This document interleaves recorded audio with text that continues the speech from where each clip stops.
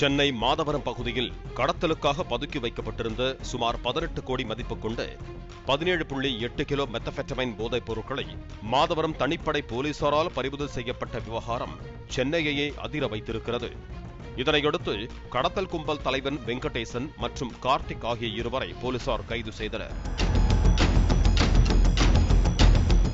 போலீசார் நடத்திய விசாரணையில் வெங்கடேசன் ஒரு நெட்வொர்க்கையே உருவாக்கி வைத்திருந்தது தெரிய வந்துள்ளது.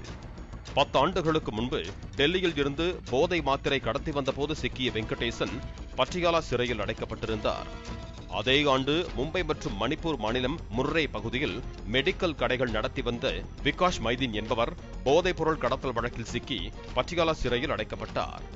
அப்போது விகாஷ் மைதீனும் வெங்கடேசனும் நண்பர்களானதாகவும் வெளிநாடுகளில் உள்ள கடத்தல்காரர்கள் குறித்தும் பேசி திட்டமிட்டதாகவும் கூறப்படுகிறது.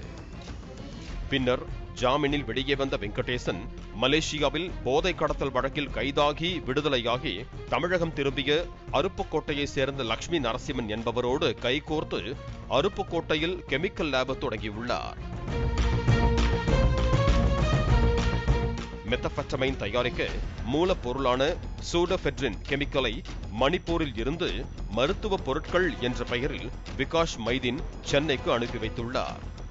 பின்னர் லாரி மூலம் சூடோபெட்ரின் கெமிக்கலை அருப்புக்கோட்டைக்கு எடுத்து சென்று சூடோபெட்ரினை மெத் போதைப் பொருளாக லட்சுமி நரசிம்மன் மாற்றி வந்ததாக கூறப்படுகிறது.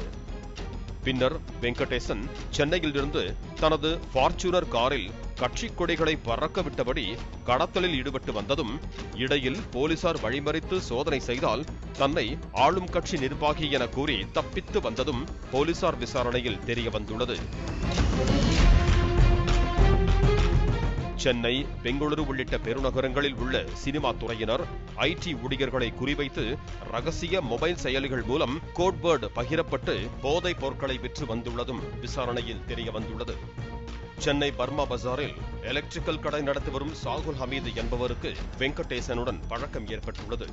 இதனால் எலக்ட்ரிக்கல் பொருட்களை மொத்தமாக ஏற்றுமதி இறக்குமதி செய்வது போல மெத் போதைப் பொருளை கப்பல் மூலமாக ஆஸ்திரேலியா, நியூசிலாந்து உள்ளிட்ட நாடுகளுக்கு கடத்தியதாகவும் கூறப்படுகிறது.